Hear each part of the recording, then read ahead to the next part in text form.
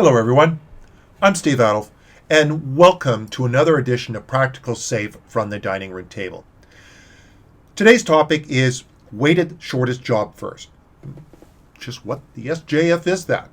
Well, weighted shortest job first is the prioritization model used to sequence jobs, so it's like features, capabilities, and epics in SAFE to produce maximum economic benefit. So going through this is actually an exercise in understanding what work should we do first to get the best value. wsjf is used extensively in SAFE, and you can see from all the major backlogs, portfolio backlog, the solution backlog, the program backlog, wsjf is key in organizing the work and prioritizing the work in those backlogs. Again, to give us the best economic outcomes. So this video is simply, what is weighted shortest job first? Why is it useful? How do we calculate weighted shortest job first? And how is weighted shortest job first used to facilitate the prioritization discussion of backlog items? Now, like all of these videos, these represent my personal opinions and perspectives and are based on experiences with my clients. They absolutely do not represent the official views of Scaled Agile Incorporated or my employer. And while you may gain some insight into SAFE, these are really not intended to serve as exam preparation material. So SAFE is a flow-based system, and therefore how you sequence work is going to determine how much wealth, how much value you're going to be able to create. So the big question is, what should we do first? Here we have a team with several features that they need to work on and are now trying to understand which of these features they should do first and what is a reasonable priority order.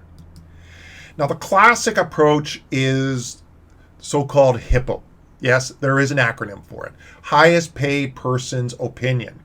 So this is the executive or loudest person in the room who comes in and says, I don't care what anyone says. This is our marquee feature. This is our most important feature. This is my pet feature, and we need to get it done.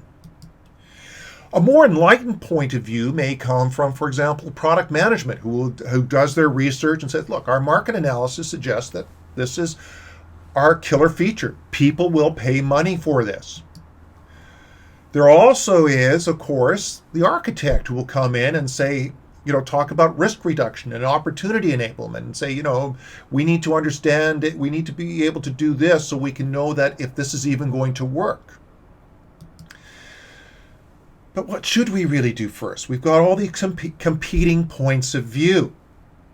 So what we can look at here is maybe start trying to apply a little bit of what do we get and what do we have to give to implement these features. So if we look here, the shopping cart will pay us $10 when we get it done.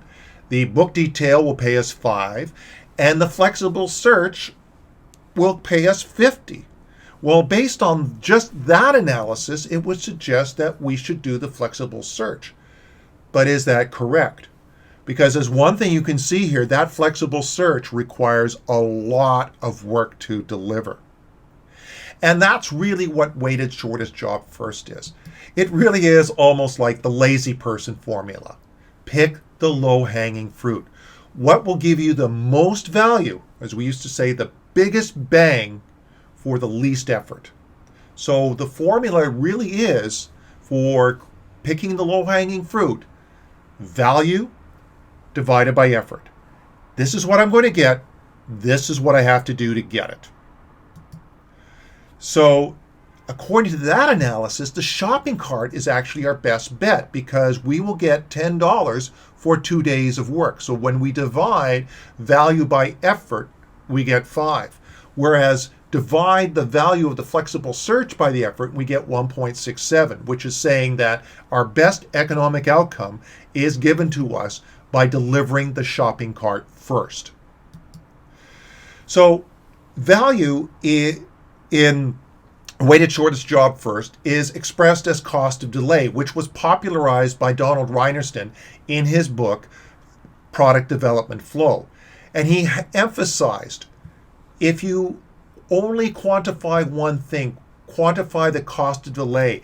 Really, this was an admonition that very few of us actually really clearly understand the value that an item creates. And an effective way of understanding the value is to say, well, what if we don't do it? If we delay it? So when we have two features like A and B, if we delay A a month, what does it cost us? If we delay B a month, what does it cost us? What does it cost more to delay? So that's how we come up with value. And there are three components to the cost of delay: business value, time criticality, risk reduction, or opportunity enablement. Now, business value is what you traditionally think of as value, right? If we build it, it is either going to open up a new revenue stream for us, people are actually going to pay us money, or it will reduce our operating costs. Time criticality is really quite important because something may actually give us more money, but something may be time critical in terms of government regulations have changed, and therefore if we don't do this, we don't stay in business. Or there may be real issues of a contract gives us a hard date. I've also worked for clients where if you don't deliver on the fixed date, you might as well not have started at all. I once worked with a client who built software for conferences. If that conference started on March 8th, you could not deliver that software on March 9th. So time criticality is definitely a factor here. The other, of course, is risk reduction and opportunity enablement. If we do this, it will reduce the risk. There is value to reducing risk. There is also opportunity enablement. So weighted shortest job first is about finding the low-hanging fruit. It is really taking into account the cost of delay, which we said was value, divided by the effort. In this case, size. So in SAFE, weighted shortest job first is given by cost of delay, which is how we calculate value, and size, which represents our effort. Now, this is a bit different from what is written in Reinerstein's book, Product Development Flow, where he effectively calculated cost of delay divided by time. We're using size as a proxy because effectively we are usually sizing epics and features and capabilities, so it is readily available to us, and also it is a reasonable fair proxy for our purposes. So just a word about estimating size. There is a mantra that I cling to, and that is those who do the work size the work. Right? So this means not only are the business people around the table trying to come up with cost of delay, but you need the technical people in there to say, look, this is how much work we are going to have to do. Not how much you think we're going to have to do, how much we are going to have to do on this. So now let's just take a look at it. Let's see how this works. Like, why does weighted shortest job first work for us? Like, what is it trying to tell us? Why does it give a better economic outcome? Well, let's take a look at three features here. We got A, B, and C. A pays us $15, right? Cost of delay is 15. We have B, cost of delay is 5. C, cost of delay is 2. So if we were to prioritize this based strictly on value, obviously we'd want to do A first because that gives us the most value. Now, throw in the effort to earn that value, and things change. We can see that A is a lot of work. It is a size is 20, and that drops wsjf down to 0.75, whereas B pays us 5. It's not a lot of work. Its wsjf is 2.5, so reprioritizing based on that, this is the sequencing of work to get the best economic outcome. To demonstrate this, let's graph this. So here I have a graph, the value delivered, cost of delay represented on the Y, and the time or effort is on the X here. Now, if we are to do this based on, let's do A first because it gives us the best value. So we start working on A, and 20 days later, it's there. Okay, I know we're approximating size is equal to day, something I tell people never to do, but go with it on this one for a bit. Now, we do B. And of course, 5 days later on day 25, we start earning the value for B, and then of course we get C. So that's our value delivery curve there, if we were to sequence A, B, and C.